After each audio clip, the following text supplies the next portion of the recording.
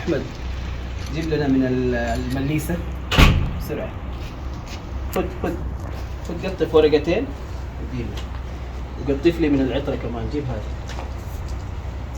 الرأس بس ايوه الرأس تمام یہ شامی دمشقی ہے حضرت. اچھا ایک پودینے کی قسم کون سی ہے بتائیں پھر. یہ ملیسا ہے دمشقی ہے جی اور یہ اس کو مدینی مغربی کہتے ہیں. مدینی مغربی کہتے ہیں پودینہ. جی واہ. اور یہ حساوی ہے. یہ حساوی ہے. جی اور یہ حبک بڑے پتے حبک. جی اور وہ عطرہ ہے. جی العطرہ ہے. یہ عطرہ سے مراد کیوڑا. اس کو عطرہ مدینی کہتے ہیں. ہاں کیوڑا. جی واہ. خوشبو مدینہ سے نکلی ہے. ہمارے مخلص ہیں شیخ محمد ان کی خدمت میں حاضر ہوئے ہیں مدینہ منورہ. تو میں دروازہ میں ابھی اندر داخل ہوا ہی ہوں تو انہوں نے پودینہ اور پودینے کی مختلف قسمیں اور ہر قسم کے اندر خوشبو کمال ہے اور کیوڑا لگا رکھا ہے.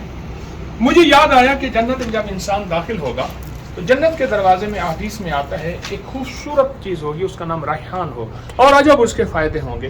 میں اس کے فائدے آپ کو بتا دوں. جزاک. میں ابھی دروازے سے داخل ہوا تو پودینہ میں نے عرض کیا بہت قسمیں اس کی.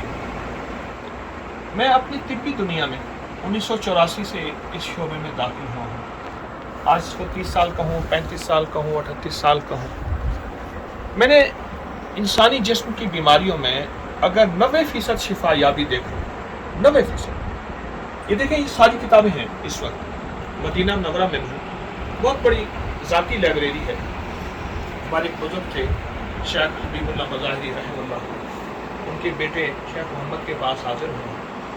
اچھا ان ساری کتابوں کو اگر نچوڑ لیں تو اس میں آپ کو جسم کی 90% بیماریوں میں آپ کو پودینہ ملے.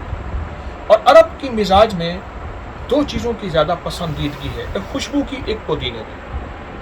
اور یہ پودینہ جس معاشرے میں ہوگا, جس گھر میں ہوگا, جس زندگی میں ہوگا, وہ 90 بیماریوں کا علاج ہے.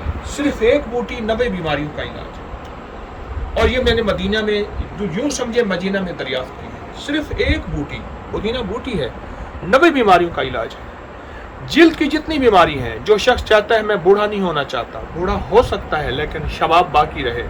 اور جو شخص یہ چاہتا ہے کہ اس کی زندگی میں طاقت, قوت, معدہ, جگر, پٹھے, اعصاب اور خاص طور پہ چھوٹی بیماریاں, وبائی بیماریاں, یعنی جیسے کہ یہ آج کل کرونا آیا تھا ابھی اور اس کے علاوہ اور بیماریاں ہیں, ان سے اگر بچنا چاہتا ہے اور اپنی دفاعی قوت کو مضبوط کرنا چاہتا ہے تو پودینے سے دوستی کرے. اچھا سالن میں, سلاد میں کھائے.